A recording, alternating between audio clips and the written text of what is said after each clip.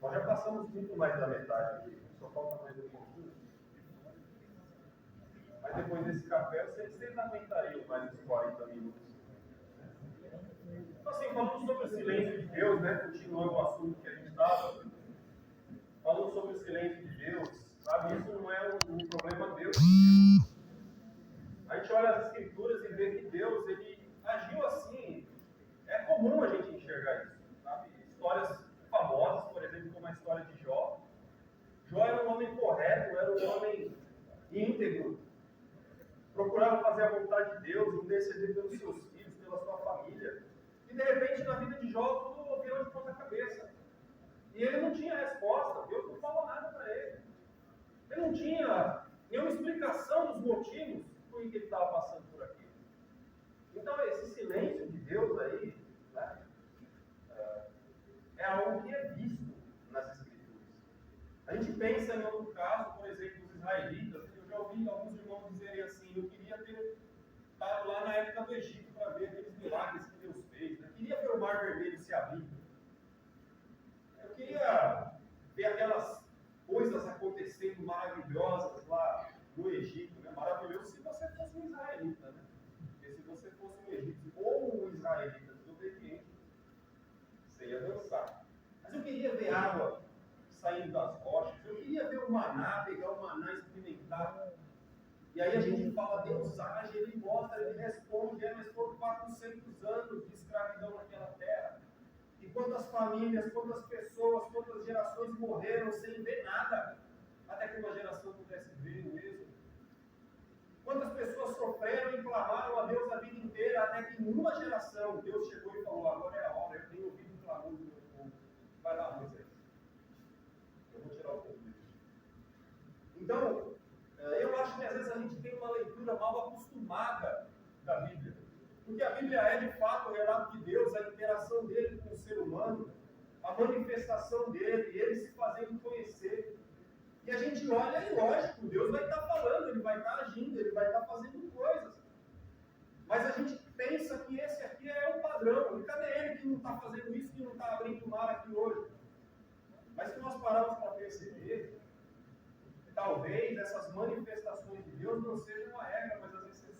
E nós temos uma leitura viciada das Escrituras que espera sempre que Deus esteja fazendo essas grandes coisas. Quando, na verdade, na história humana, apesar de Deus estar sempre no controle, as manifestações milagrosas dele foram a minoria. Os loucos que não suportam o silêncio de Deus cometem loucura. O que fez Saul diante do silêncio de Deus? Ele foi buscar aquela bruxa, né? Aquela feiticeira, né? Lá de Endor. Ele não suportou o silêncio de Deus. E muitos de nós não vai suportar, mas o que você vai fazer com isso?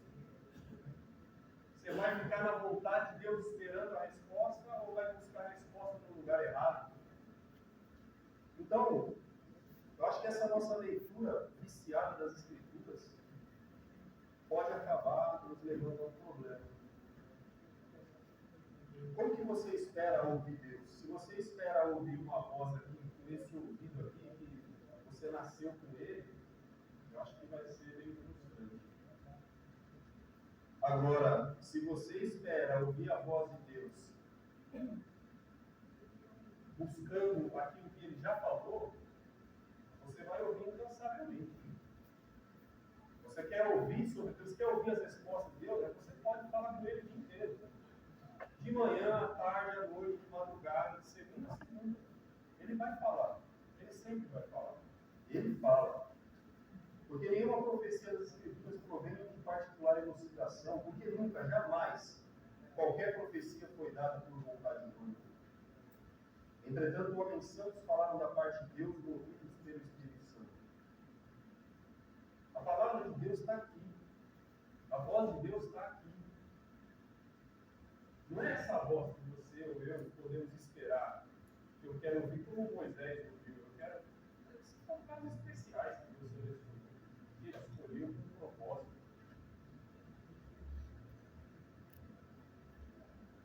Então,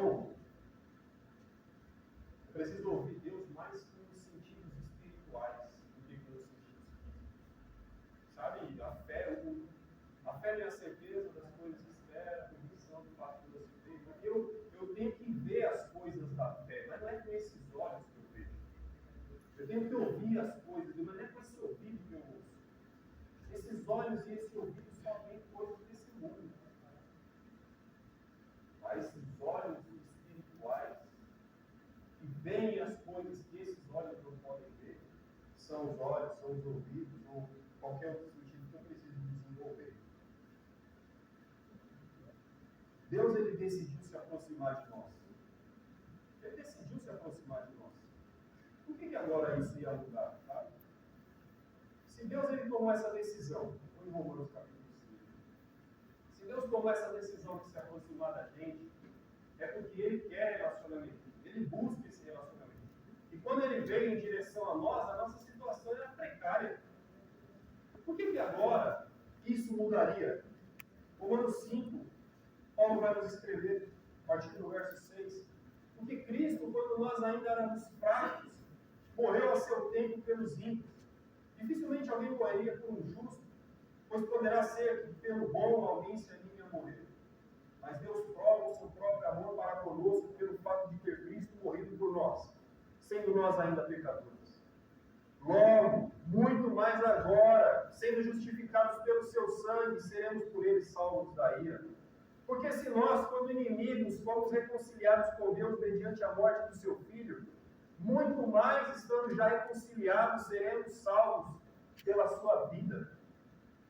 Então, se naquela condição anterior, sem esperança no mundo, no pecado, mergulhados como nós estávamos, Deus veio até a gente falar conosco, comunicar a sua graça, a sua misericórdia. Por que agora eu vou me espantar e vou abaixar a cabeça e vou falar, puxa vida, Deus não tem respondido? Agora que eu estou perto dele, agora que eu tenho a graça dele sobre a minha vida, agora que eu tenho garantida pela palavra de Jesus a redenção do céu por toda a eternidade, agora eu vou desanimar? Não, os meus dilemas diante do aparente silêncio de Deus, eles são pequenos. Eles são pequenos. Eu lembro quando Jesus foi crucificado, né? E os apóstolos foram todos embora. Só João fica ali no pé da cruz, com duas mulheres, alguns olham de longe, mas os apóstolos, eles foram todos embora, fugiram. E eles vão passar aquele sábado inteiro chorando, trancados naquela casa. Eles eram os que tinham as maiores evidências dos fatos. Eles tinham todas as respostas. Jesus falou para eles quantas vezes o Filho do Homem vai ser entregue na mão dos pecadores, vai sofrer, vai ser morto, vai no terceiro dia vão ressuscitar. Eles tinham as respostas. Mas parece que no momento da dificuldade, passa uma borracha em tudo que você sabe, e você sente, chora e sofre, como se Deus não tivesse do nosso lado.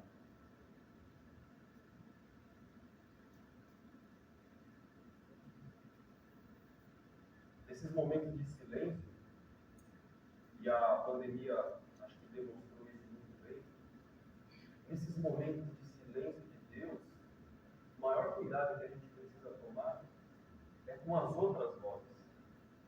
Com as outras vozes que vão ficar gritando alto, falando para a gente ir por outro caminho.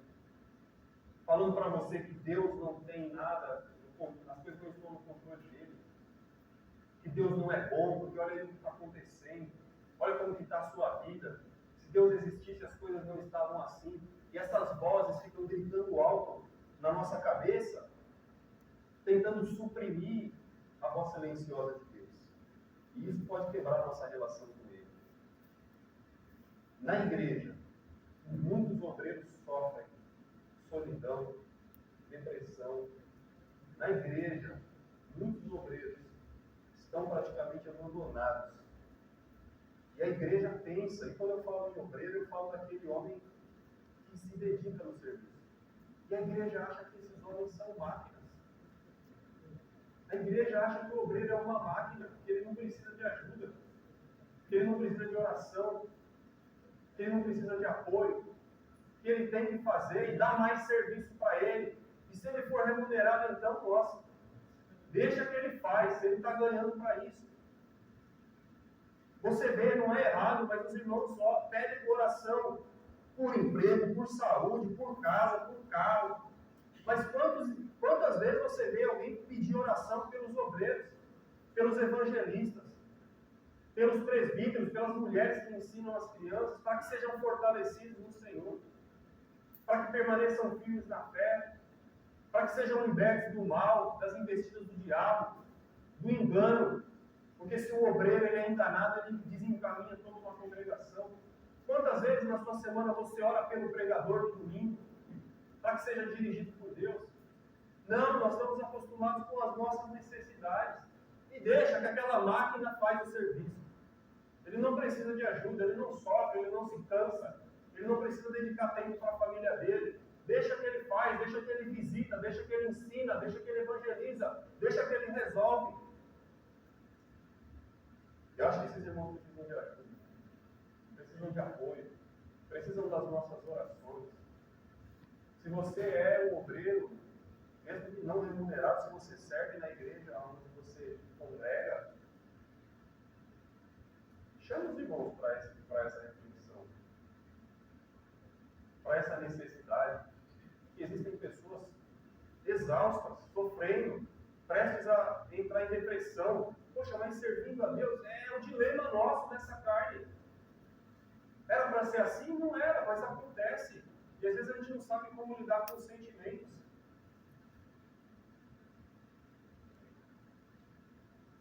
Para encerrar, meus irmãos, eu queria que vocês pensassem em duas coisas. A primeira é que, sim, Deus nos ouve. Ele nos ouve. E é isso que consola a gente. Não são as respostas que consolam. É a certeza de que Ele ouve. Isso é o nosso consolo. A gente tem essa garantia pelas Escrituras. Porque os olhos do Senhor repousam sobre os justos e os seus ouvidos estão abertos às súplicas.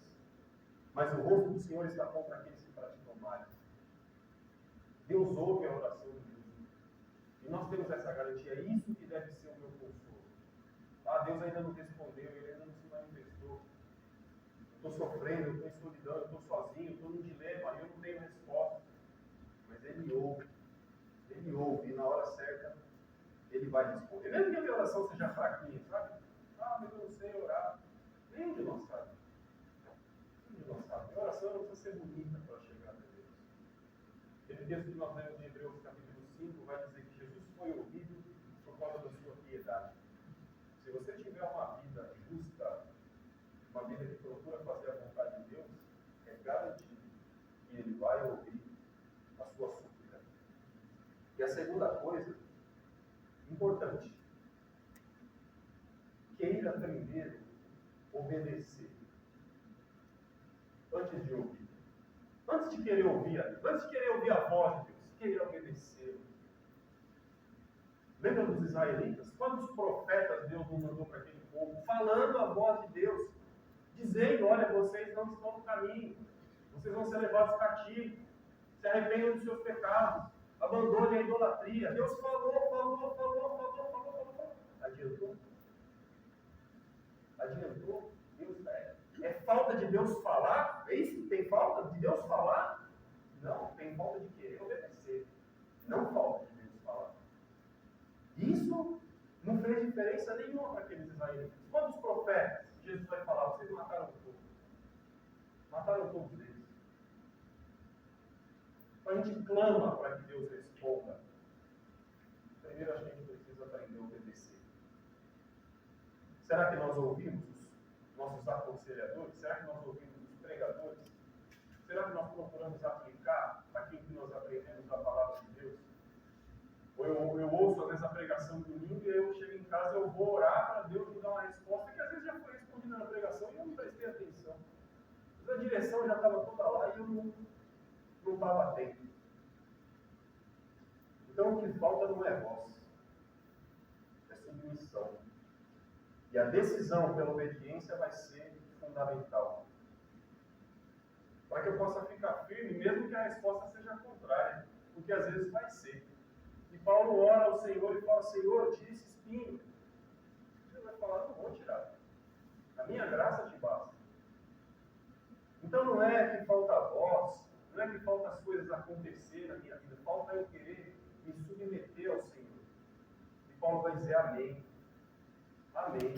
É para conviver com esse espinho? Amém. Então eu vou servir ao Senhor com esse espinho. E assim Ele dá graça para a gente passar pelo problema. Meu irmão, se você está aqui, mesmo depois dessa pandemia, mesmo depois de tudo que nós enfrentamos, então é um sinal de que você ouviu a voz de Deus. Amém. Porque a gente sabe que muitos não voltaram.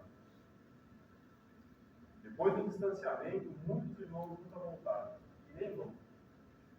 Mas se você está aqui é porque você ouviu a voz de Deus. Por mais que o silêncio dominasse, por mais que nas ruas tivessem tudo vazio, os escritórios tudo vazio, por mais que aquela situação fosse silenciosa, caótica, humanamente falando, a voz do Senhor gritava alto dentro de você e a sua fé não sucumbiu.